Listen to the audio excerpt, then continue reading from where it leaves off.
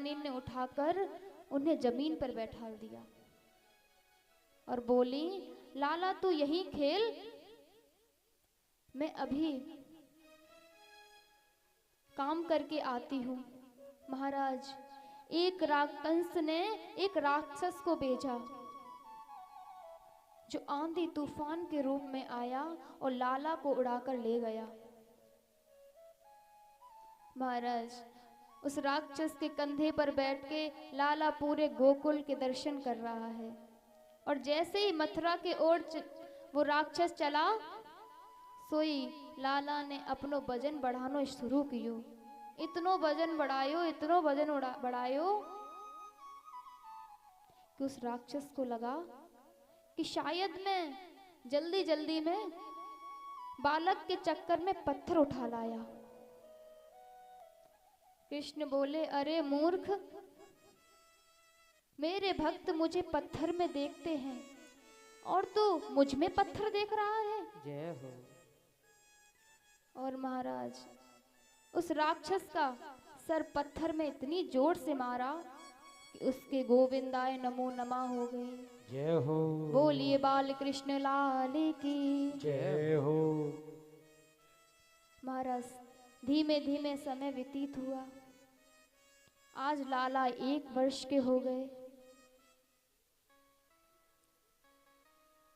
तो उन्होंने, नंद बाबा ने आज लाला को नामकरण संस्कार के लिए गर्गाचार्य जी बुलाए अपने घर पे।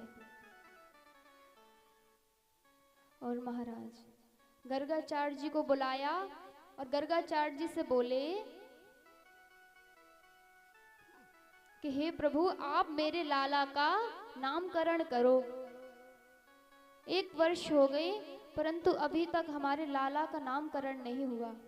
और महाराज, कन्हैया को सब लोग अपने अपने नामों से बुलाते हैं। नंद रानी कहती है कनुआ, तो कभी नीलमणि कहती हैं। सभी ब्रजवासी, सभी गोपी ग्वाल अपने अपने नामों से बुलाते हैं। अभी तक उनका कोई नाम नहीं रखा गया। तो महाराज गर्गाचार्य जी आए। गर्गाचार्य जी ने कहा, आज का दिन शुभ नहीं है नामकरण के लिए, मैं नामकरण कल करूंगा। और महाराज, गर्गाचार्य जी ने कहा कि अब मैं अपना भजन करने के लिए जा रहा हूँ, मैं माला जाप करने के लिए जा रहा हूँ, क्योंकि मेरे भगवान का भोग लगाने का समय हो गया है।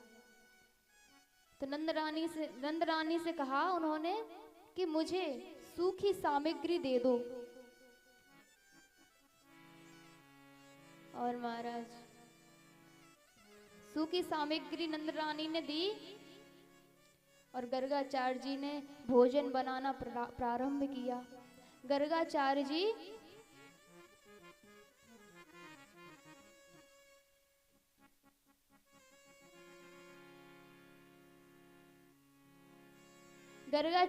शालिग्राम जी की पूजा करते हैं। पहले महाराज शालिग्राम जी की ही पूजा होती थी।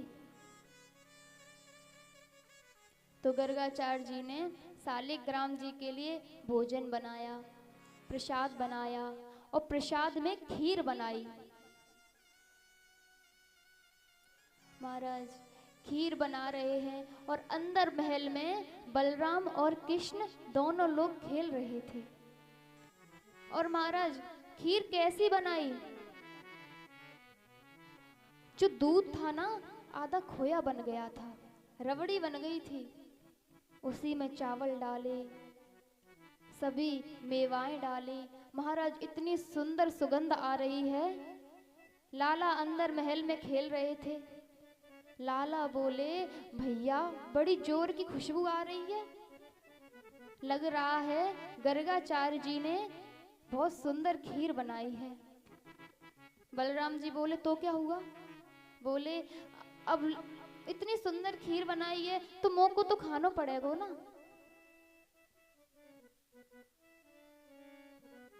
मोह को तो खाना पड़ेगा।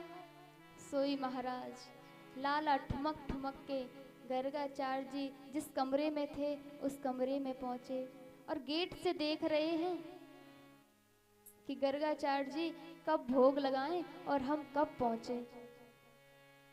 महाराज गर्गाचार्य जी ने शालिग्राम जी के सामने खीर रखी और जैसे ही खीर रखी तो उन्होंने भगवान से प्रार्थना की कि प्रभु आओ अपना भोग पाओ और पर्दा लगा दी महाराज और माला जपने के लिए बैठ गए आंखें बंद करके। महाराज हमारे कन्हैया आए और खीर का कटोरा लेकर खीर खाने लगे। खीर खाने लगे, गर्गाचार्य जी की माला पूर्ण हुई। गर्गाचार्य जी ने देखा, अरे बाप रे, ये लाला कहाँ कर रहे हो है, मेरे प्रभु की खीर खा गए हो। नंद रानी को बुलाया, अरे नंद रानी देख रही है तेरे लाला ने कहा करो, मेरे प्रभु का भोग खा गया ये। नंद रानी बोली, प्रभु माफ करना, छोटो सा बालक है, मैं आपको दूसरी सामग्री दे रही हूँ, आप फिर से खीर बना लो। महाराज गर्गाचार्य जी ने फिर खीर बनाई, लाला को बाहर कर दियो, लाला को बहुत डांटो, लाला ऐसो नहीं करते, गलत बात होती है। लाला बोले, हाँ मैया अब नहीं करूंगा। लाला फिर खेलने लगे। महाराज गर्गाचार्य जी ने फिर से खीर बनाई, इस बार खीर और अच्छी बनाई, केसर डाले, बादाम डाला, महाराज इतनी सुंदर खुशबू आ रही है। अब बोले, भैया इस बार तो ऐसा लग रहा है कि बहुत जोड़ की खीर बनाई है, अब ना रहो जा रहो मुंह से। बलराम जी बोले, या बार मैया ने देख लियो तो तेरो